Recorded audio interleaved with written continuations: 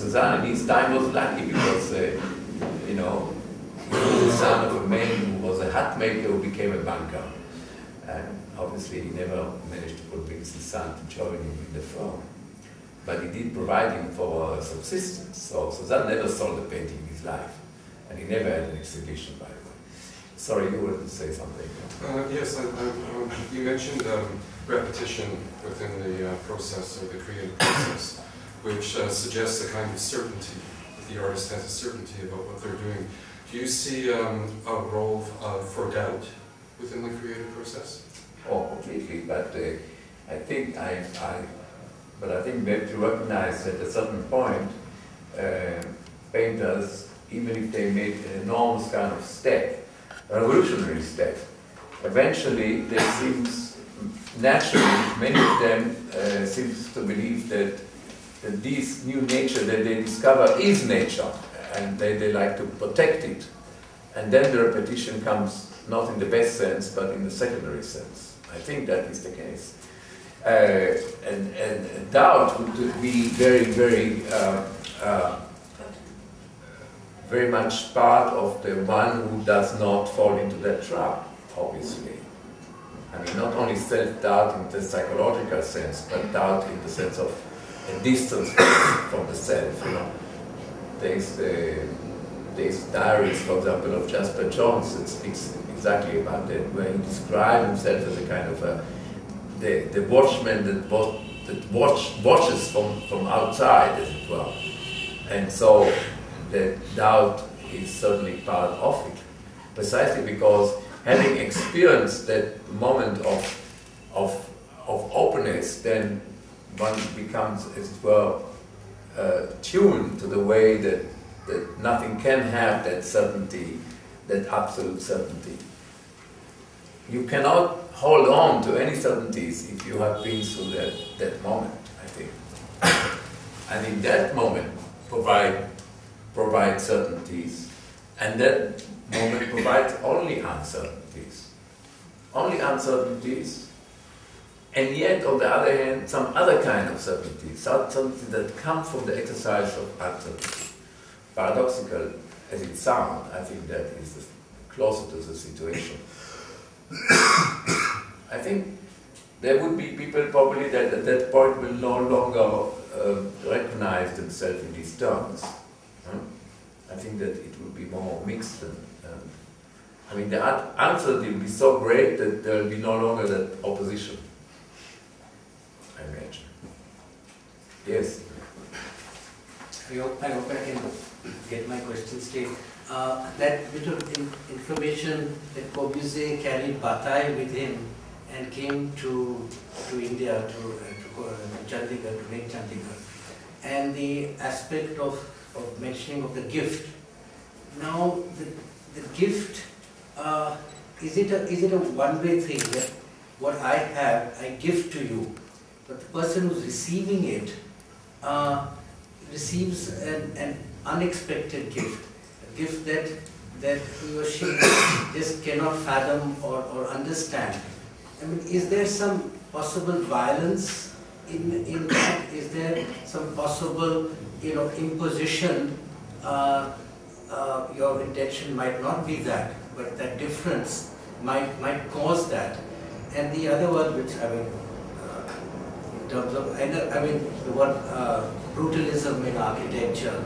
I was in London in the mid-60s, and to the City of London was gifted the South Bank, and we were told that this is an example of brutalism in architecture. So the brutalism of in architecture gifted by Corbusier to the people of Punjab, then almost a decade later, this brutalism in architecture was gifted to a cultural center, along the river. And as a personal anecdote, an Indian architect who studied in MIT came back to Delhi and gifted to my parents a home which is an example of brutalism in architecture in 1970. We living in it are actually suffering some of that brutalism.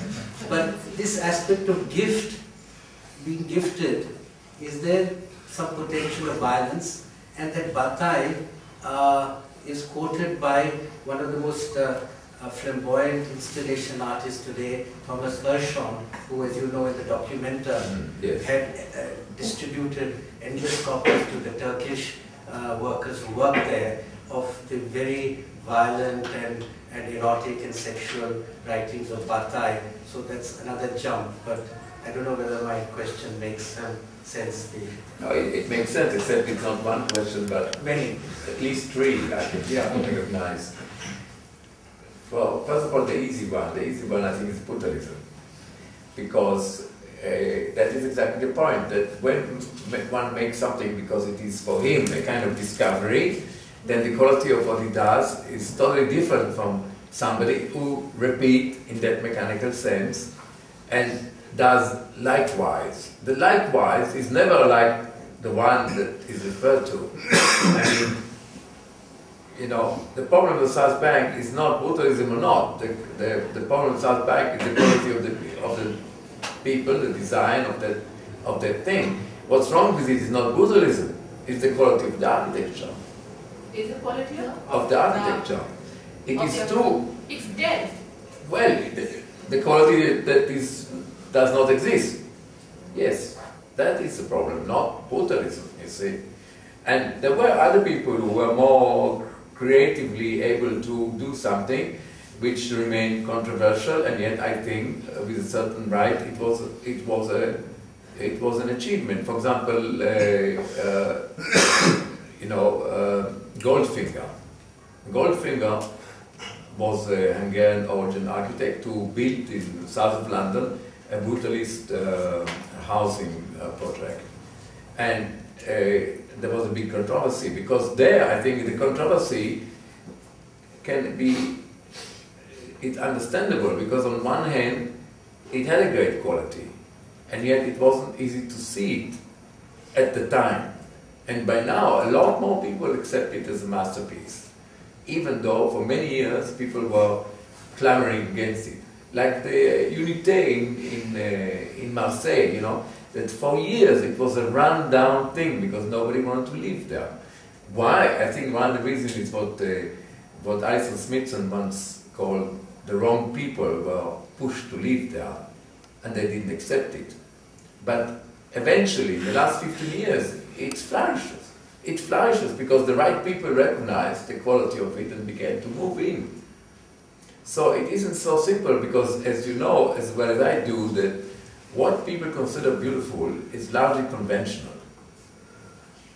And it is extremely very difficult to let down those conventions, assumptions and belief, and to recognize something. That doesn't mean that if some, especially in architecture, is even easier in some sense for younger people or other people to merely imitate. I mean, the mistake is not the man who gave probably his best to your parents. The mistake, I must say, unfortunately, your parents made a mistake, you know, because they engaged a person without sufficient knowledge of his whatever qualities or capabilities and so on. It's almost not the mistake of the architect, because he did probably the best he could. So, I mean, of course there is a problem, and then that leads me back to the other question of the gift. You're right to mention violence in that context. And we know very well how many works of art evoke that. I'm thinking of, say, something like Francis Bacon, without doubt. So violence belongs to any transgression, of course. And in some sense, that kind of openness is a transgression. That may well cause violence, that is true. And vice versa, I would say, that sometimes the works of art manage to avoid that violence. So it is, it does belong to that discussion, certainly. It does belong to that discussion, and you are right as well about the question of the receiver. In conventional European wisdom, the three graces One is giving, receiving, and giving again. But these conventions works in terms of convention, in terms of a culture which is more or less in equilibrium, you see. We used to think, following Claude Lévi-Strauss in his famous definition of hot culture and cold culture, yes, that hot culture, as the West described itself, was a culture in which the idea of difference is still entertained, and you expect from art not a mere repetition